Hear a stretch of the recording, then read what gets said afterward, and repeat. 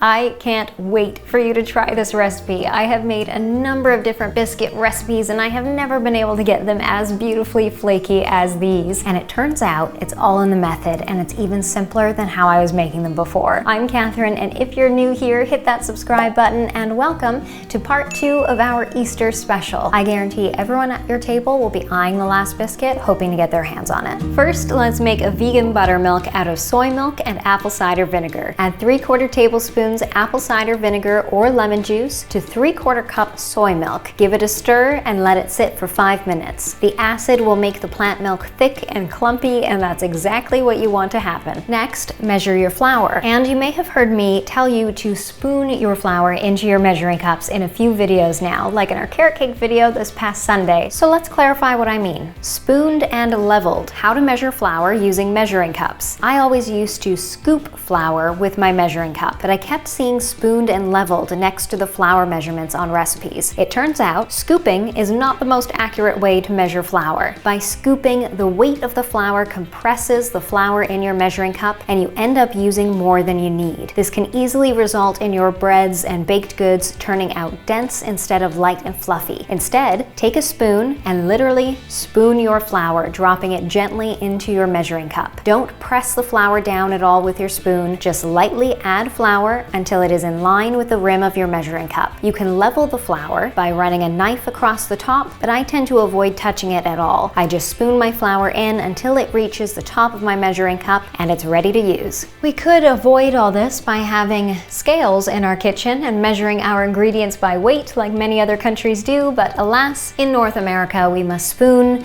and maybe spoon and level our flour.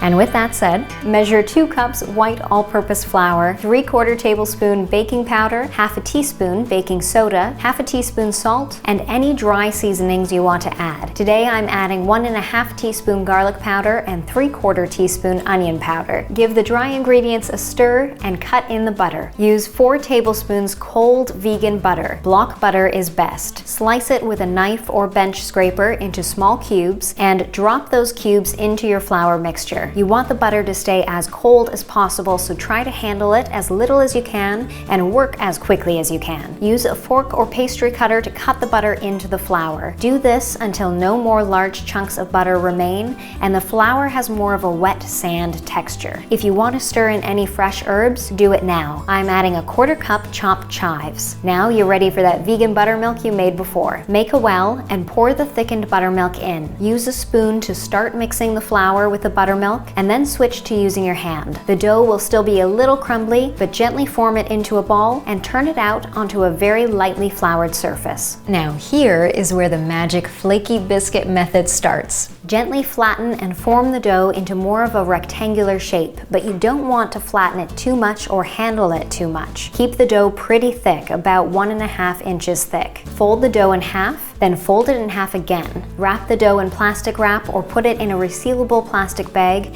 and refrigerate for at least 15 minutes. That's part 1 of the magic flaky biscuit method. And when you're almost ready to remove your dough from the fridge so that you can form and bake your biscuits, preheat your oven to 400 degrees Fahrenheit and melt 1 tablespoon vegan butter so that you can brush the tops. When your dough has chilled for 15 minutes, remove it from the fridge. Lay it on your lightly floured surface and gently flatten it into that same rectangular form. Again, you want the dough to be about 1.5 inch thick. Now cut the dough smoothly and quickly in half lengthwise. I'm using my bench scraper, but you can use a sharp knife. Then cut each half into 3 or 4 smaller rectangles. I'm going to make just 6 biscuits and keep them all quite big, but you can stretch the dough to 8 biscuits and the 4 end biscuits will just be a little smaller than the center biscuits. With your 6 or 8 rectangular biscuits, place your hands on each short end and push the biscuit into a square shape. Transfer all your square biscuits onto a lined baking sheet, brush the tops with melted butter or a milk wash, and bake your biscuits for 20 to 25 minutes. I tend to check the biscuits at 15 minutes, brush them with a bit more melted butter, turn the baking tray, and continue baking them for a grand total of 22 minutes. When these come out of the oven, you will see how big and flaky they are, and I have to give credit to Erin McDowell for this method. Erin taught me the way to to flaky biscuit making in her video for Food 52. I have followed a number of biscuit recipes where I have used a rolling pin to roll out the dough. I've formed the biscuits into circular shapes, which makes you overwork the dough because you have to reform the excess in order to use it all up. And because I don't have a biscuit cutter, I was using a glass to cut the biscuits, and I was twisting it in order to cut the dough. All of these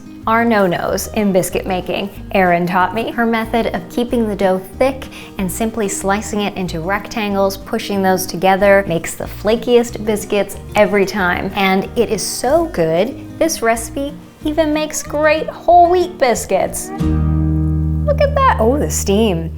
I did make these a few days ago, so they're not quite as fluffy as they were, but I swear, you can make good whole wheat biscuits with this method. And you don't even need butter.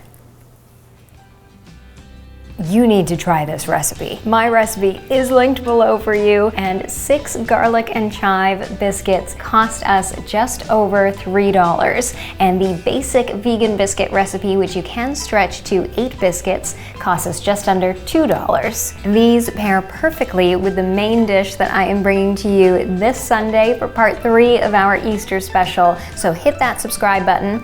Do you need more of a reason? And turn on those notifications because I'm making a sturdy and scrumptious lentil shepherd's pie. And you need to tell me in the comments if this recipe helps you make the flakiest damn biscuits you ever did eat.